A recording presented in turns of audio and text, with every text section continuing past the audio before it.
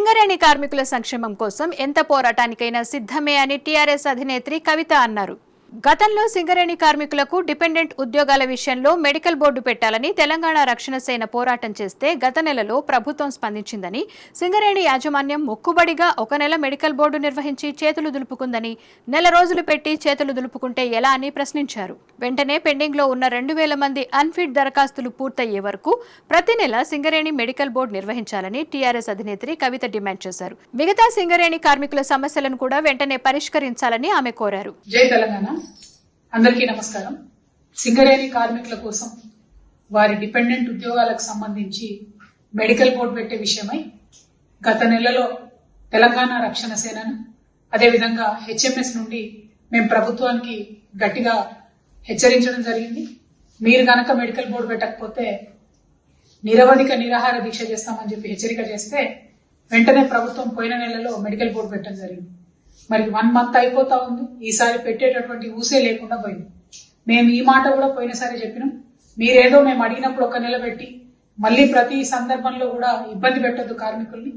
Pending ఏవైతే ఉన్నాయో 2000 మందివి medical బోర్డులో పెట్టుకుని అప్లికేషన్స్ పెట్టుకుని ఉన్నారో వాళ్ళందరికీ కూడా కంప్లీట్ గా పూర్తయ్యేంత వరకు ఎవ్రీ మంత్ ప్రతి నెల మెడికల్ బోర్డు పెట్టాలని మళ్ళొకసారి డిమాండ్ చేస్తా ఉన్నాం.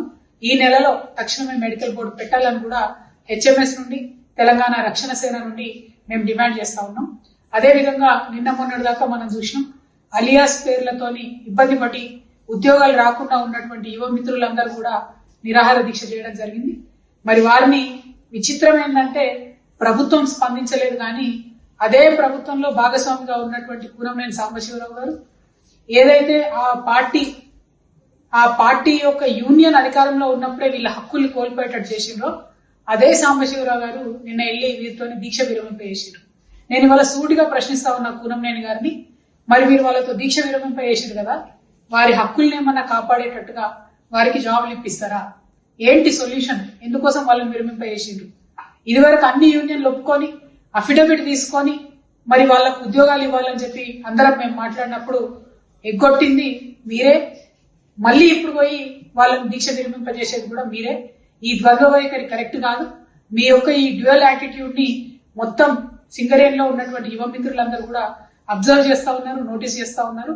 మీరు ప్రభుత్వంలో భాగస్వామిగా ఉన్నారు, మీరు వెళ్ళండి, కన్విన్స్ చేయండి, అర్జెంట్ గా అఫిడవిట్ తీసుకుని ప్రభుత్వం నుంచి అలియాస్ పేర్లున్న వారికి సొల్యూషన్ ఇవ్వాలని చెప్పి మేము డిమాండ్ చేస్తూ ఆ యువ మిత్రులందరూ కూడా మీరు చేసినటువంటి దీక్షకు సంపూర్ణంగా హెచ్ఎంఎస్ తరఫున తెలంగాణ రక్షణ సేవ తరఫున మా మద్దతు ఉంది. నైతికంగా మీతో మేము ఎప్పుడు కూడా ఉన్నాం.